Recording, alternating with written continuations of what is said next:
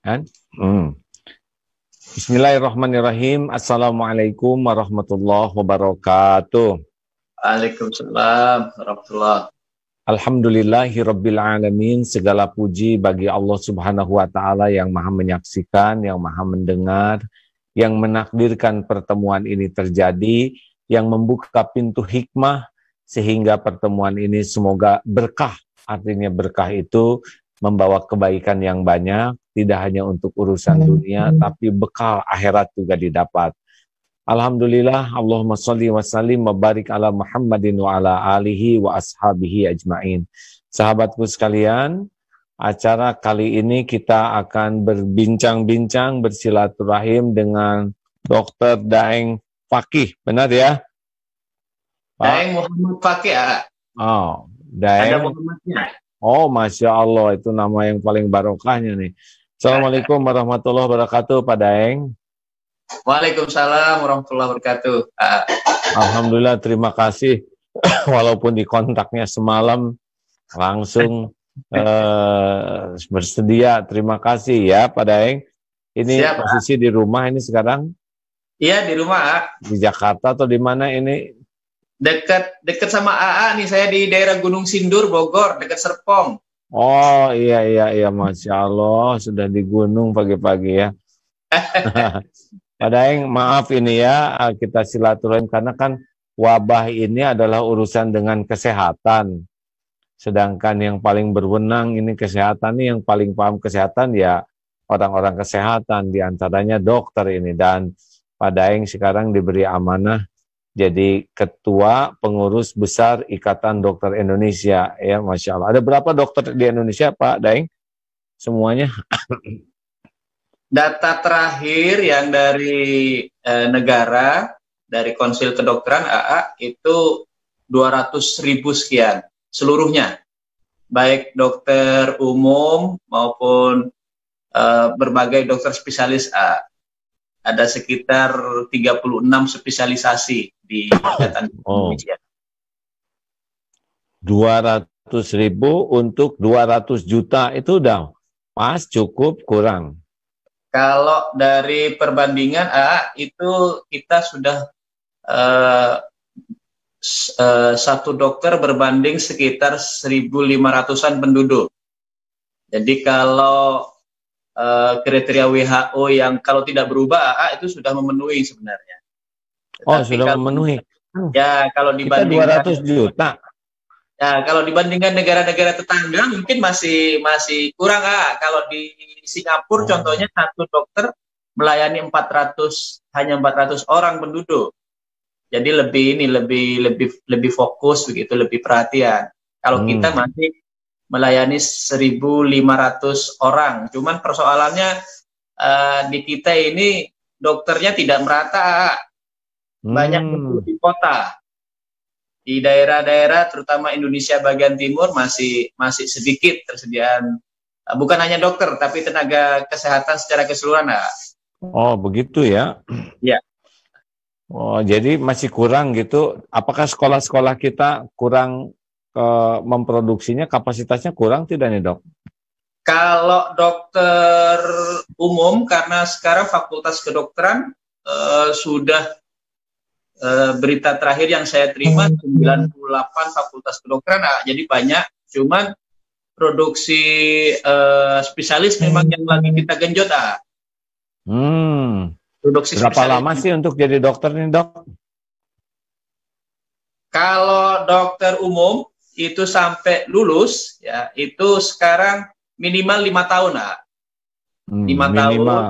Ya, kemudian ada istilahnya program intensif, ya biasanya program pemagangan ke puskesmas atau ke rumah sakit itu selama 1 tahun.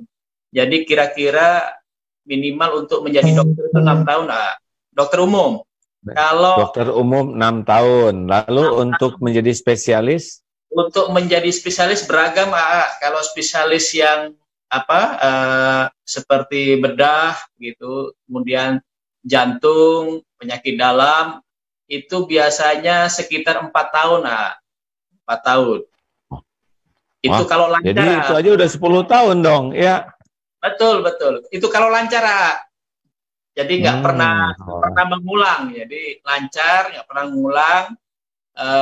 Ya total kalau di jumlah dari waktu dokter umum plus dokter spesialis ya sekitar 10 tahun. Kalau lancar ya. Kalau lancar. Oh, betapa lamanya ya. Itu dari dokter menuju spesialis bisa langsung kuliah langsung itu, Pak? Ada yang bisa atau harus langsung. Kerja dulu? Ada yang bisa langsung, ada yang kawan-kawan kerja. Tapi rata-rata biasanya kerja dulu, mengabdi dulu di daerah. Apalagi yang dulu waktu sekolah misalnya dibantu oleh pemerintah atau pemerintah daerah itu biasanya mengabdi, kemudian sekolah lagi spesialis. Nah, kalau mengenai biaya gimana, Dok? Jadi dokter ada mahal nggak biayanya? Ya, memang cukup mahal ya dibandingkan fakultas yang lain. Jadi rata-rata SPP itu yang saya tahu, karena keponakan saya sekolah kedokteran juga di UGM, itu per semester sampai 15 juta. Ada yang sampai 20 juta, ada yang sampai mungkin di atas 20 juta ada per semester. Itu kira-kira kalikan selama kalau 5 tahun 10 semester. Jadi itu kalau negeri ya, kalau swasta pasti lebih mahal ya. Kalau sekarang hampir sama antara negeri dan swasta per semesternya hampir sama. Cuma kalau spesialis pasti lebih mahal ya mungkin ya. Sebenarnya kalau SPP-nya ini kebutuhan SPP-nya hampir sama, di sekitar 20 jutaan per semester. Tapi kebutuhan untuk hidup sehari-hari, karena kalau sudah sekolah spesialis itu sudah nggak boleh praktek biasanya kawan-kawan, sudah fokus untuk sekolah ya. Jadi mungkin tabungan selama jadi dokter umum itu dipakai untuk biaya hidup selama menempuh spesialis selama 4 tahun. Jadi vakum tidak bekerja untuk menempuh sekolah. Jadi memang harus sangat serius lah jadi spesialis itu ya. Jadi kalau ada yang syariatnya dokter spesialis meninggal kena COVID itu, sebuah perjalanan yang panjang untuk mendapatkannya. Kemudian, dan dengar tadi sudah 30 berapa tuh, Dok? Nauzubillah. 32. Yang wafat. 32 ya. Ini dokter saja, belum dokter gigi, belum lagi para perawat dan sebagainya ya. Betul. Dan belum pernah ini mungkin ada penyakit yang begitu secara syariat merenggut begitu banyak korban dari para petugas medis ini ya, selain penyakit COVID ini. Ya, kalau era modern kayaknya belum pernah yang seperti ini ya. Mungkin dulu-dulu seperti wabah cacar, wabah TBC yang dulu-dulu tahun sekian itu 1800-an itu juga banyak petugas kesehatan jadi korban. Nah, ini menandakan betapa memang COVID ini serius sampai para ahli kesehatannya saja jadi korban, begitu ya? Iya, memang terbukti kalau sudah penyakit jadi pandemi dan korbannya banyak, pasti penyakit itu serius. Ini dia nih yang mau saya tanyakan kemarin ya. Dapat rekaman dan mungkin dokter Daeng juga sudah melihat itu rekaman. Kok sepertinya COVID ini tidak ya, dari video yang beredar kemarin, bahwa ternyata COVID ini tidak segawat yang menurut persepsi beliau. Mungkin masyarakat juga sudah mendapatkan video ini karena judulnya menarik dan penjelasannya juga bisa membuat rada-rada jadi goyah nih. Bagaimana menurut Pak Ketua ID ini? Ya memang begini, memang kita ini mungkin perbedaan antara berbicara teori dan kemudian kenyataan penyakit di lapangan. Memang secara teori misalnya dikatakan bahwa kalau penyakit virus ini kemudian bisa sembuh sendiri tanpa pengobatan dengan bantuan imunitas tubuh kita. Ya. Tetapi di lapangan yang terjadi kecepatan virus ini menginfeksi tubuh kita, kemudian menimbulkan sakit, itu beragam ternyata. Ada yang mungkin bisa dikalahkan oleh antibodi kita, tapi terbukti masih sekitar 5-6% saudara-saudara kita itu kalah dengan kecepatan virus.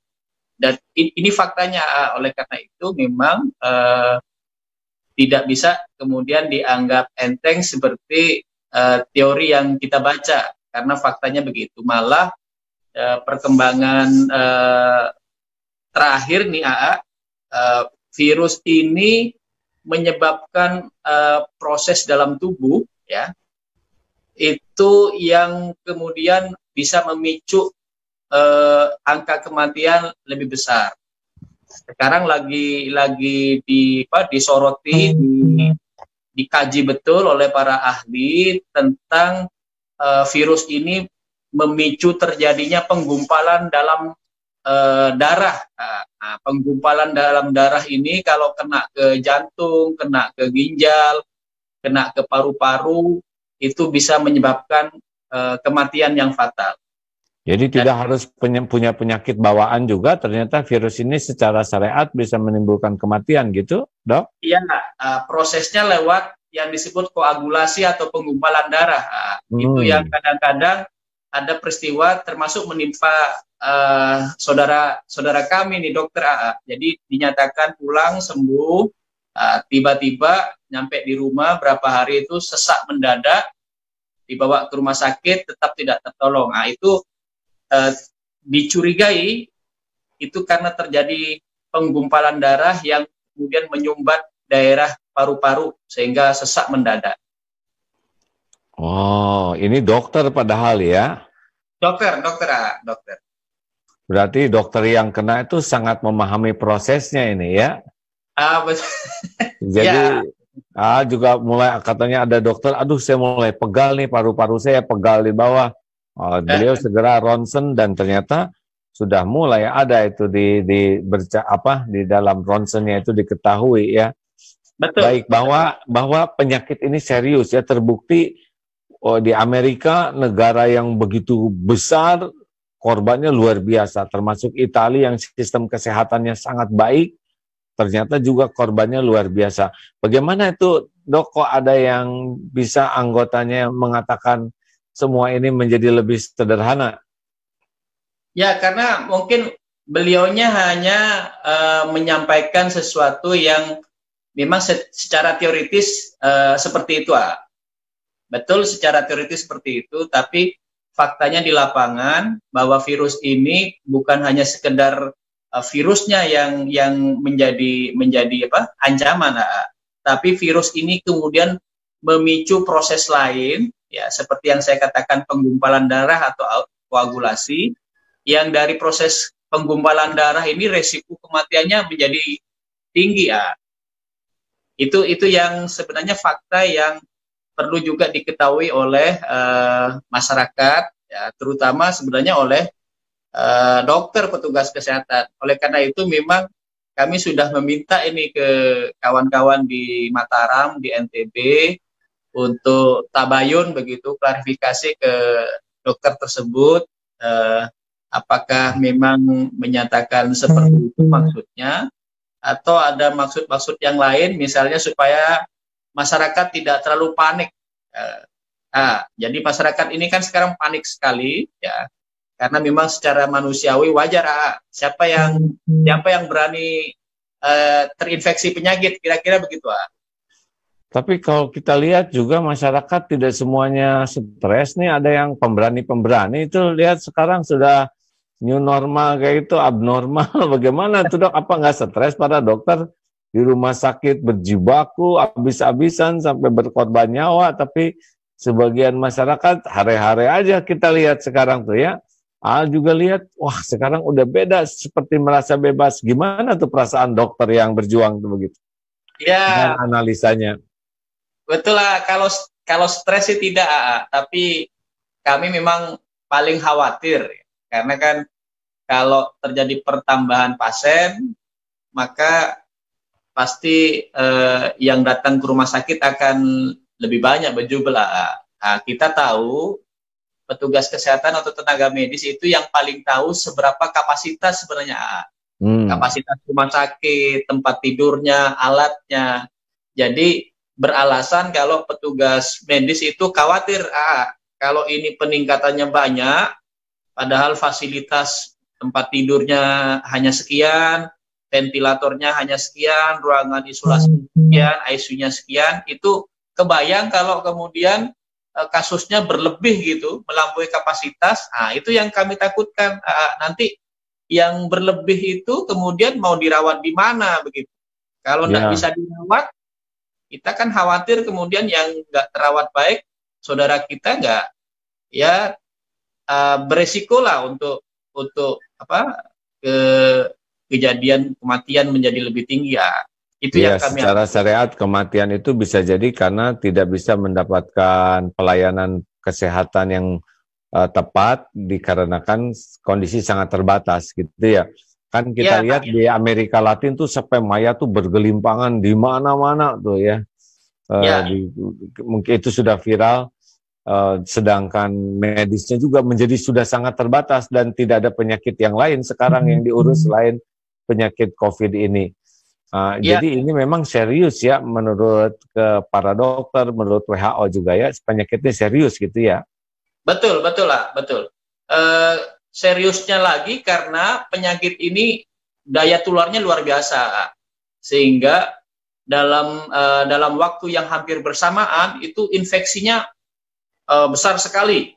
Ya, bayangin kalau kapasitas rumah sakit kita hanya 10 misalnya.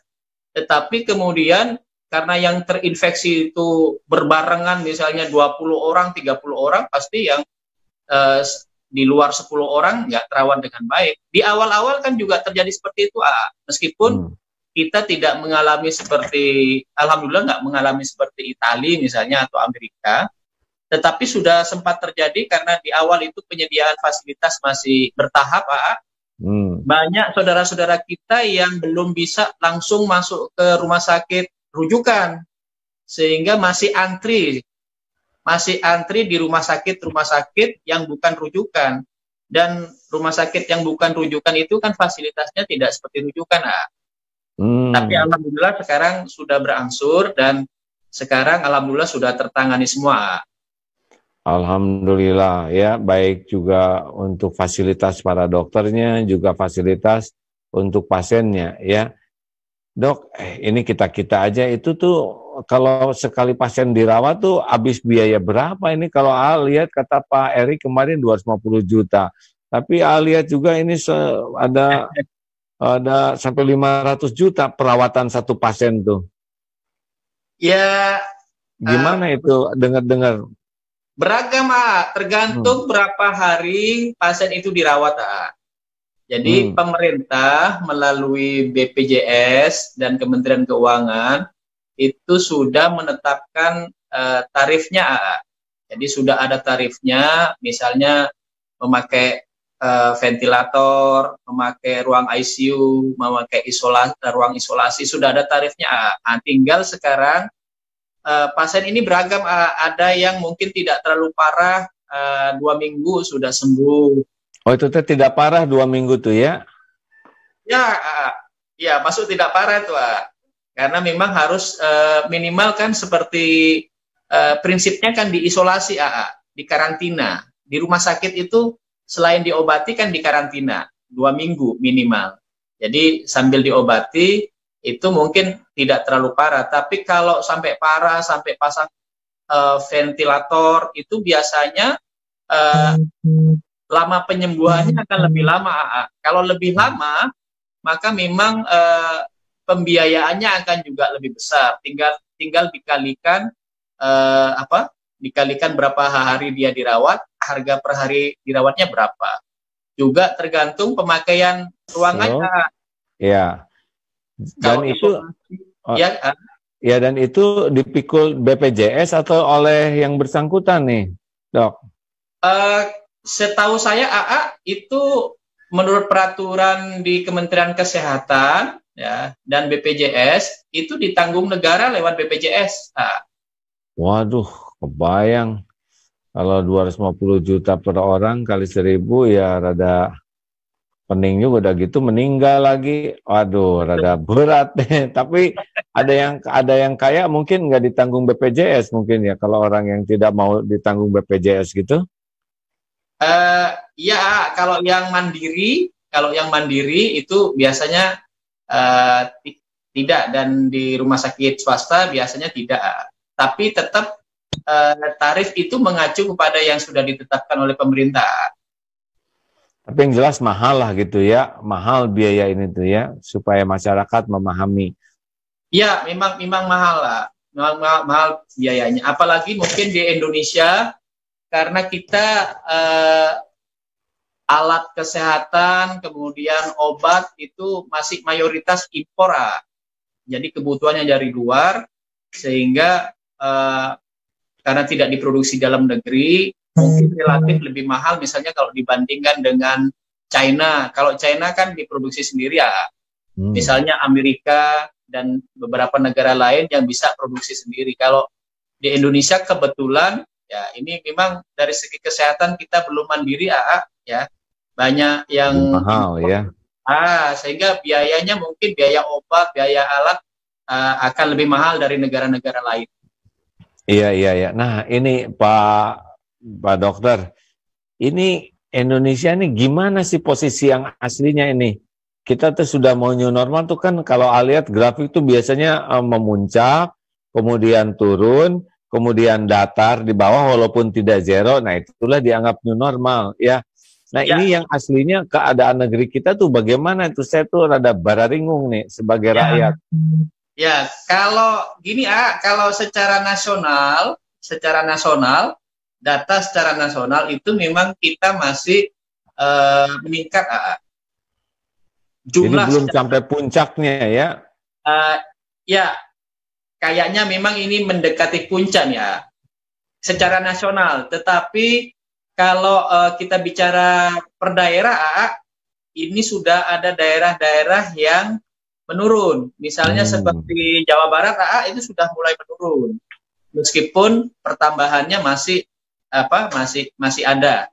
Masih belum mencapai yang kita inginkan, di bawah 1%.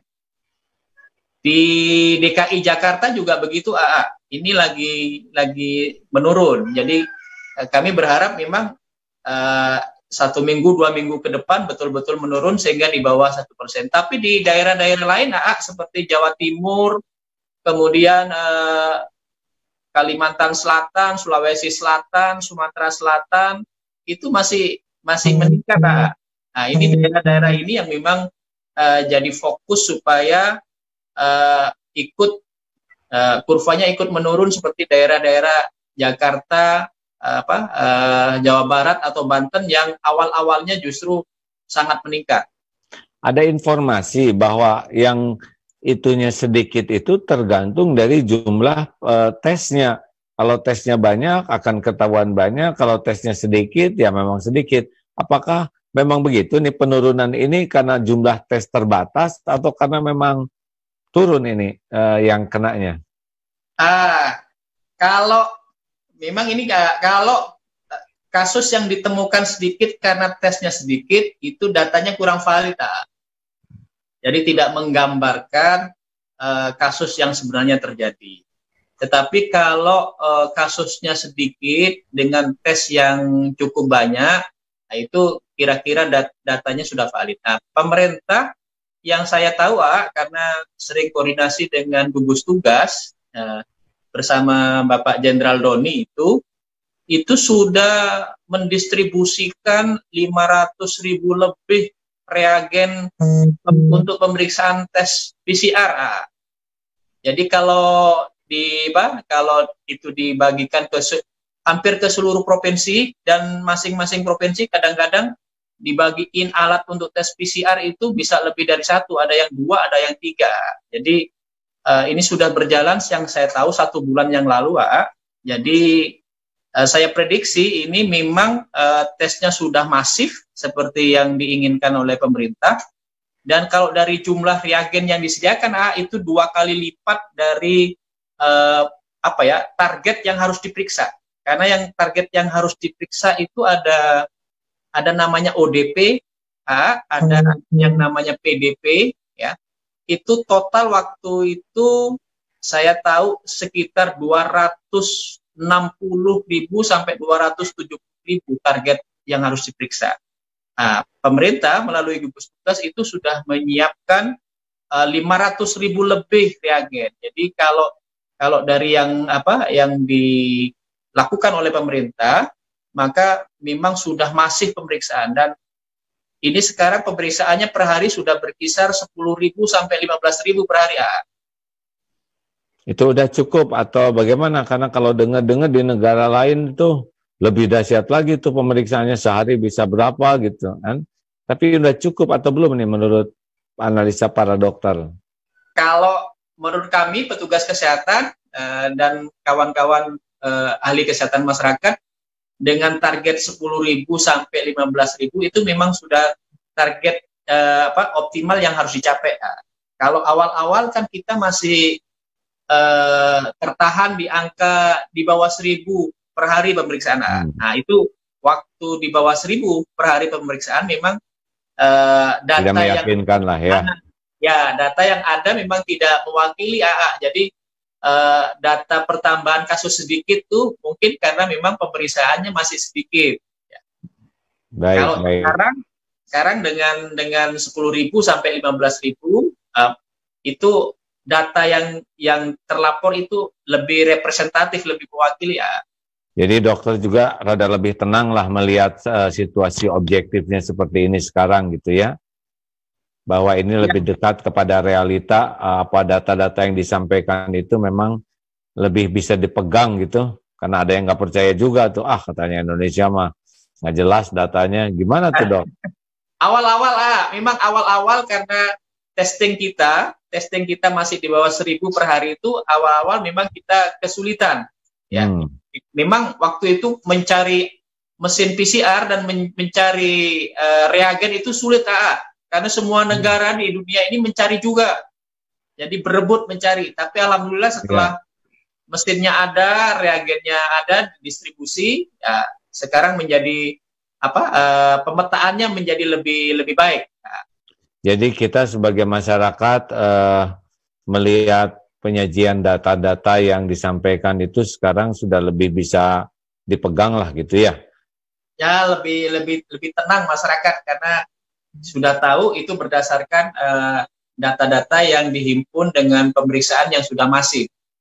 Karena awalnya kan mencurigakan terus ya, dari awal sekali itu rada kurang yakin bagaimana penanganan ini, seperti yang nganggap remeh, lalu rada-rada lambat gitu ya, beda dengan yang lain-lain. Jadi ini repot sekali masyarakat kalau melihat kurang yakin kepada informasi kan, jadi tidak begitu jadi pegangan. Dan ini berbahaya untuk kedisiplinan masyarakat. Dan kalau kita lihat nih masyarakat Indonesia, bagaimana ini menurut analisa dokter? Ini mereka mah pemberani-pemberani rata-rata ya? Ya, ini saya pernah sampaikan sebenarnya. Memang masyarakat kita ini kan perlu, yang pertama perlu keteladanan. Jangan sampai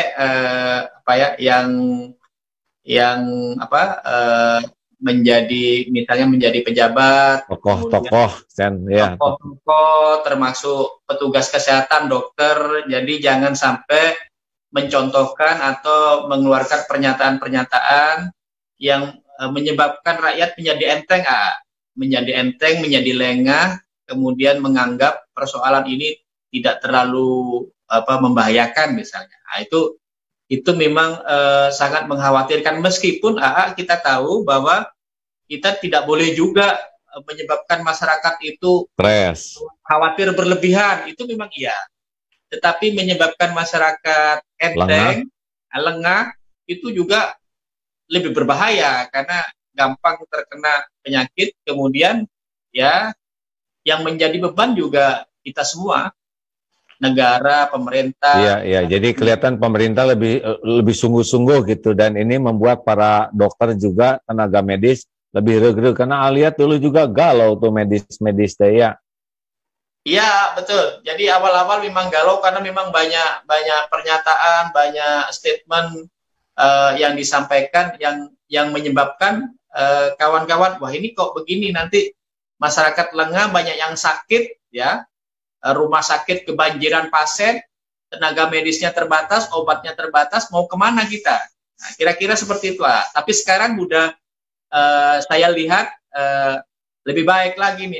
Jadi para tokoh, para pejabat sudah mulai bareng-bareng memberikan pernyataan. Lebih kompak dan lebih ini ya, lebih bisa mereg-regkan, menenteramkan dari kalangan medis. Nah ya, tapi sesungguhnya lihat ini kita masih bermasalah nih dengan pemahaman di masyarakat ini ya. Yang aslinya bagaimana nih situasi sekarang ini, positioning bahayanya COVID ini, sehingga masyarakat itu harus ngepas tindakan di masyarakat itu kan harus sesuai dengan pemahaman yang benar, akurat, lengkap. Jadi bagusnya bagaimana nih sekarang posisi masyarakat ini?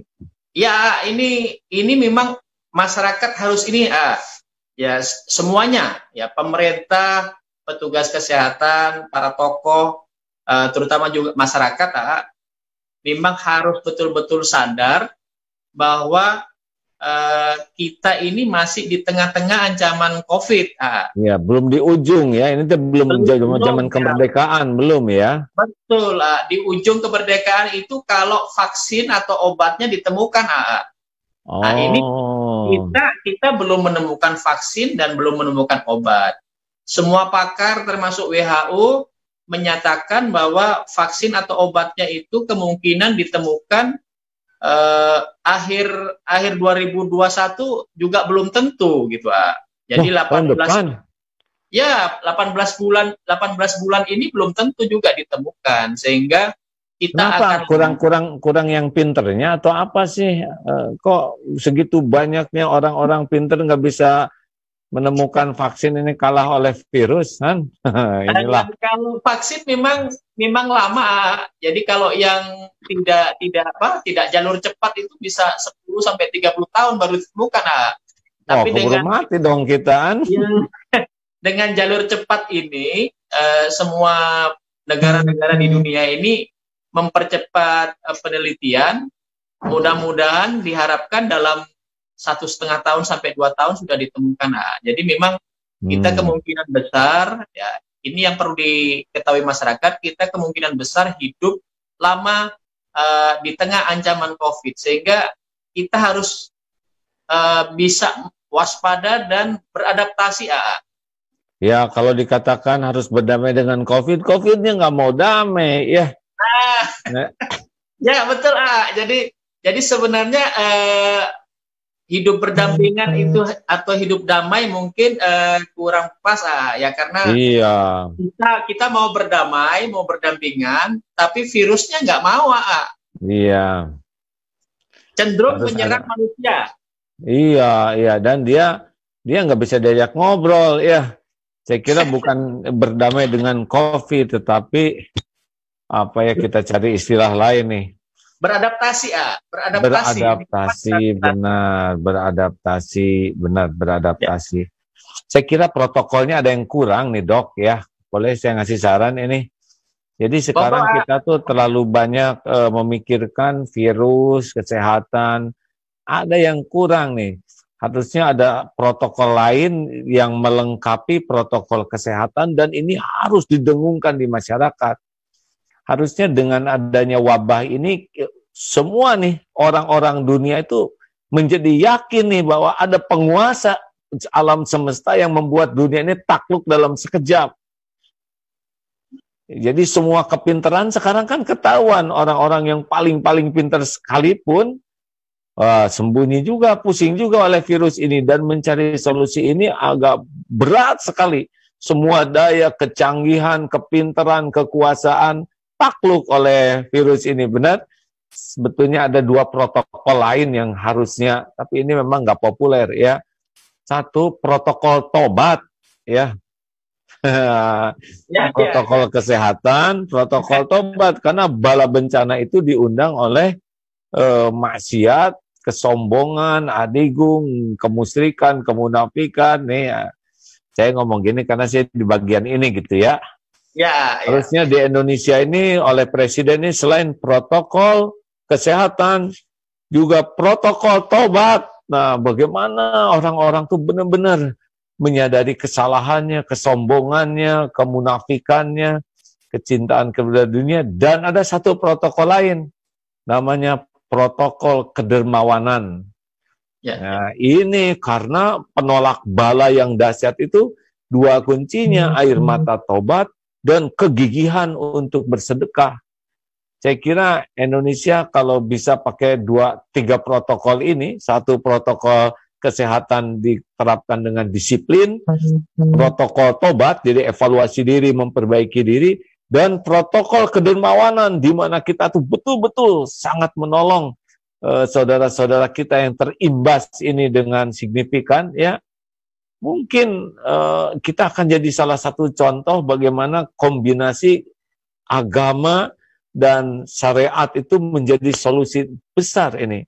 Harusnya gitu, saya ngomongin sama dokter aja ini.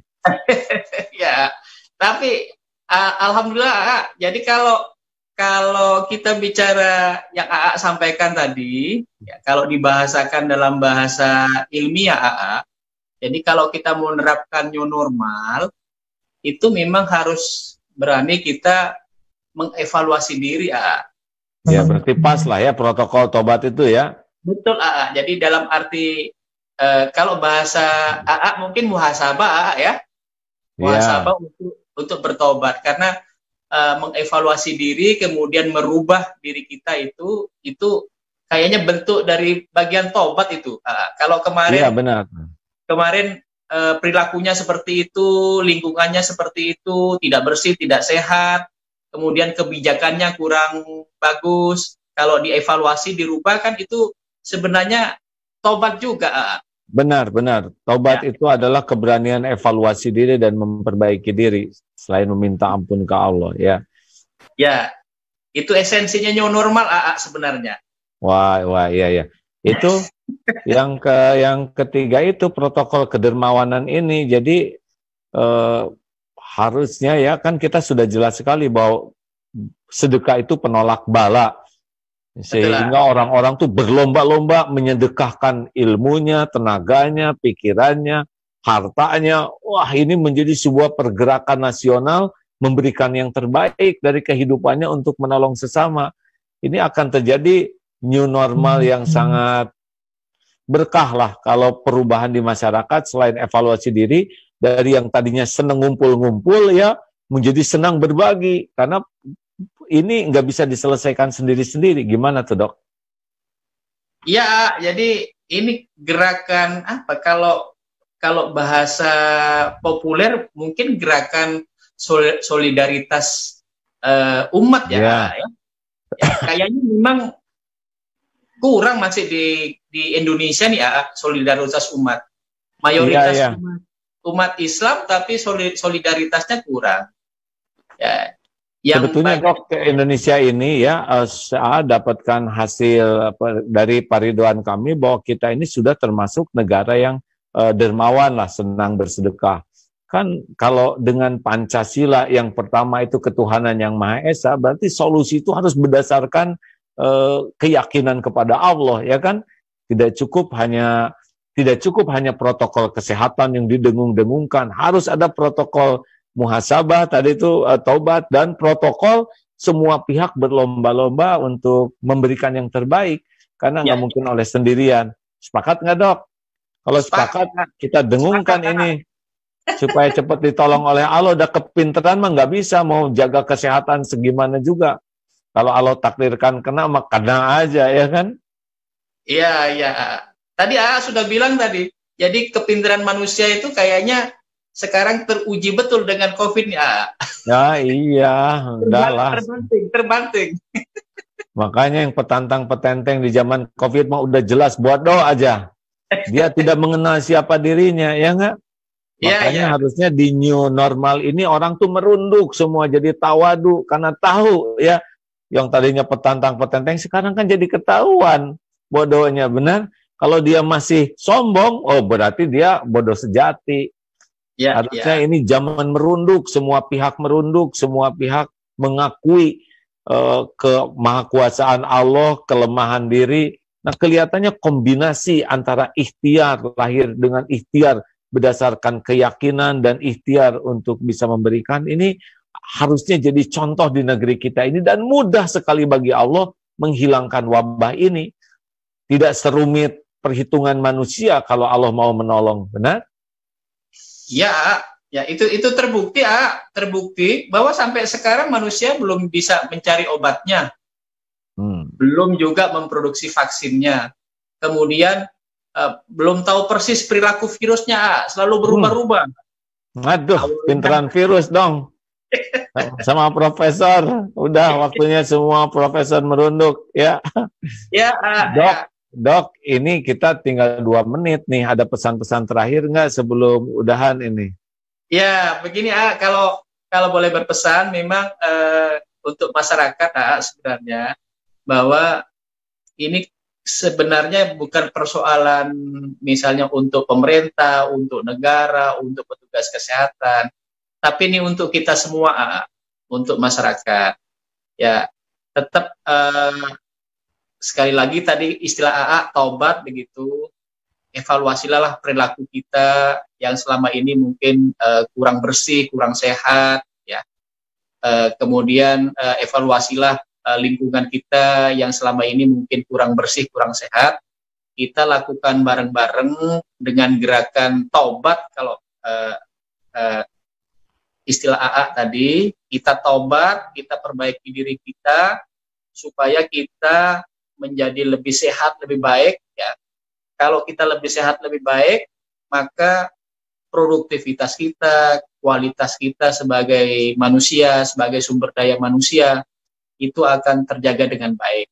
Oleh karena itu, menjalankan protokol kesehatan, plus tadi protokol yang AA bilang, protokol tobat dan protokol kedermawanan itu. Ya, itu hakikatnya sebenarnya bukan untuk siapa-siapa, bukan untuk negara, bukan untuk pemerintah, bukan untuk petugas kesehatan, bahkan Allah pun tidak butuh, ya, yang butuh kita semua, karena itu nanti dampaknya kembali ke kita semua. Mungkin itu. Masya Allah, luar biasa. Terima kasih Pak Daeng Muhammad Fakih. Ini perbincangan yang semoga mencerahkan siapapun yang menyimaknya dengan sungguh-sungguh.